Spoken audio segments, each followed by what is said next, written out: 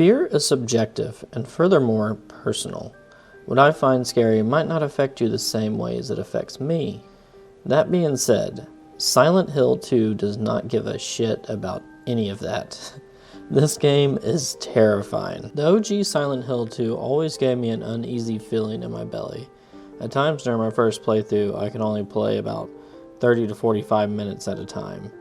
It was a scary game, but the remake really takes everything to the next level. I mean, don't get me wrong, I still love the OG, and it still has a place, but that's not what this video is about.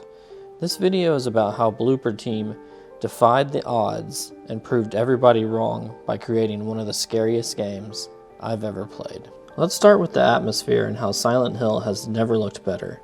From the dense fog to the bone-chilling hallways of the hospital, everything is stunning. These reimagines are familiar enough for you to recognize them, but everything feels new and excitingly terrifying. From the second the game starts up with James in the bathroom, you are instantly captivated. You can tell Bluebird really cared about this project and the attention to detail. I also recently discovered that James actually progressively gets more and more worn down as the game goes on. The bags under his eyes become more prominent, and his hands even become more dirtier as the game goes on. Probably from sticking his hand in every damn hole he comes across. When I was in school for animation and game design, lighting was always one of my favorite aspects of development. I've always felt lighting and sound design are at the forefront of any project. If you crush both of these components, you're laying down the foundation for a great atmosphere. Before we move on to the sound design, I do want to talk a little bit more about lighting. The way the water reflects off the ground and the foggy streets is so beautiful. I'm not sure if the fog is some sort of particle effect, but it's visually stunning, and they had to nail this. I mean, this is something that is the signature aspect of the Silent Hill franchise. Originally, it was used as a crutch to hide the low poly hard surface models, among other development limitations. Now with this remake, the fog has actually become more of a living organism by flowing out of the windows and up the side of the buildings. It's truly a sight to see and something that everybody should stop and just admire during their playthrough. The interior lighting is tight and claustrophobic, representing the OG well. It creates an uneasy, unsettling feeling that hardly lets up. You quickly learn not to let your guard down very often because these sneaky ass little mannequins will pop up out of nowhere. Blooper is mostly known for their environmental storytelling, and they knock it out of the park with this one. Sound design is easily the key ingredient in creating the nightmare fuel that is Silent Hill 2. So many noises. Just ignore them. Akira Yamaoka was in his bag once again with this one. This soundtrack is hauntingly beautiful and created an environment so memorable. Dude, this music.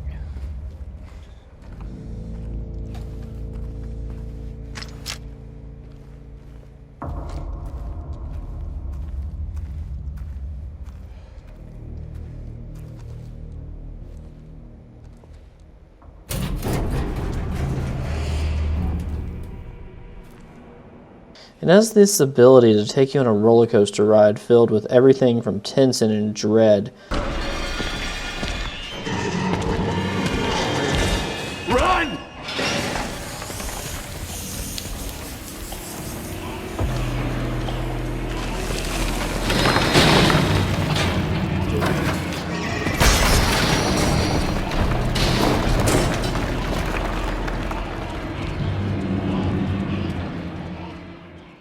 To a hypnotizing dreamlike state, which makes this game so special. Oh, it's you. Yeah. I'm James. Angela. Angela. Okay. I've never played a game that is so addicting, but at the same time, I didn't want to play it because how intense the experience was. I talked about this a little bit during my playthrough, but I mentioned how everybody was so excited about Silent Hill, coming out that we actually forgot that we have to get back into the game, which you have to be prepared for. Okay, wait here. Laura? Open the door, Laura. The sound design is one of those reasons you have to mentally prepare yourself before you start playing. Kind of reminds me of playing The Last of Us with headphones on, when you're sitting there listening to everything around you, desperately trying to locate the next enemy lurking in the shadows.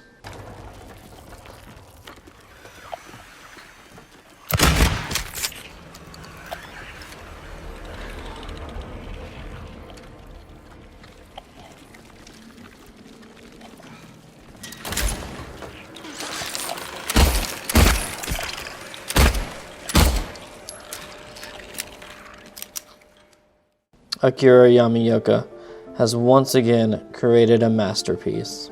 Gameplay is probably the biggest surprise with this remake. I'm honestly impressed with the quality of life improvements that were made by Bloober Team. They are not necessarily known for their combat, and neither is Silent Hill, honestly, but they managed to create a gameplay that's engaging and fun. With the ability to dodge, that was a nice little touch, and the gameplay was solid. I mean, we're not talking about the quality of like Resident Evil, but it's pretty damn good overall. And the ability to basically quick swap between your guns and your melee weapons was a game changer. Even the boss fights have greatly improved and provided a well-balanced challenge.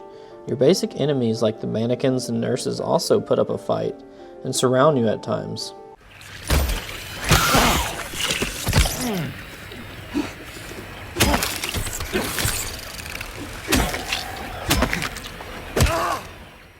This game is actually pretty hard compared to the OG. In the OG, James could basically just run around past most enemies, but not anymore. These enemies are aggressive, sneaky, and come from all corners. The gameplay in the Silent Hill franchise has never been anything to write home about, but in this remake they created a really fun gameplay loop that I look forward to revisiting in the future and basically trying out some of the harder difficulties. And last but not least, we can't talk about Silent Hill 2 and not discuss the story. Story is king with Silent Hill 2, and it's why most of us love this game. The story of James Sunderland is a dark, heartbreaking tale of a man struggling to come to terms with the recent loss of his wife. If you're not familiar with the story of Silent Hill 2, I suggest you skip ahead to avoid any potential spoilers. You have been warned. The reality of this story is that James actually killed his wife and has now created this own version of hell, full of monsters based on his own guilt and shame. Even the characters James meets along the way that have been called to Silent Hill are there for their own actions. Bloober did a great job maintaining the original story while fleshing out some interactions. There is some fluff here, but overall, I enjoyed most of the new additions. Just before. Don't you remember? James? Honey? Did something happen to you? After we got separated in that long hallway? Are you confusing me with someone else? The voice acting for James was a great performance by Luke Roberts. There was a lot of pressure behind this role, but he nailed it perfectly. The story had even a darker tone than the original. The personal details and the little just adjustments that they made with these characters, I think, were a very nice little touch. Each character basically had their own version of hell. James was moldy, rotten, and rusty, while Angela's version was covered in flames and hot as hell. Eddie's was the opposite. It was dark and cold like a freezer. I appreciate these little touches because it's familiar, but at the same time it's new and exciting. That's what I love about this experience. It's almost if all of these characters are stuck in a loop of their own personal shame and guilt. Since none of them really accept their own reality, the nightmare of Silent Hill just keeps on continuing over and over once again.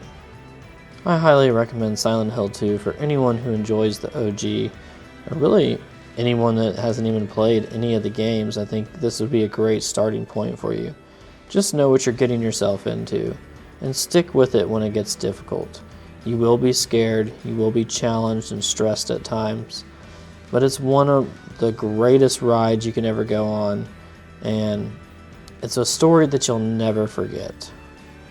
So, on that note, I hope you enjoyed my breakdown of Silent Hill 2, one of the most terrifying experiences I have ever had in my life.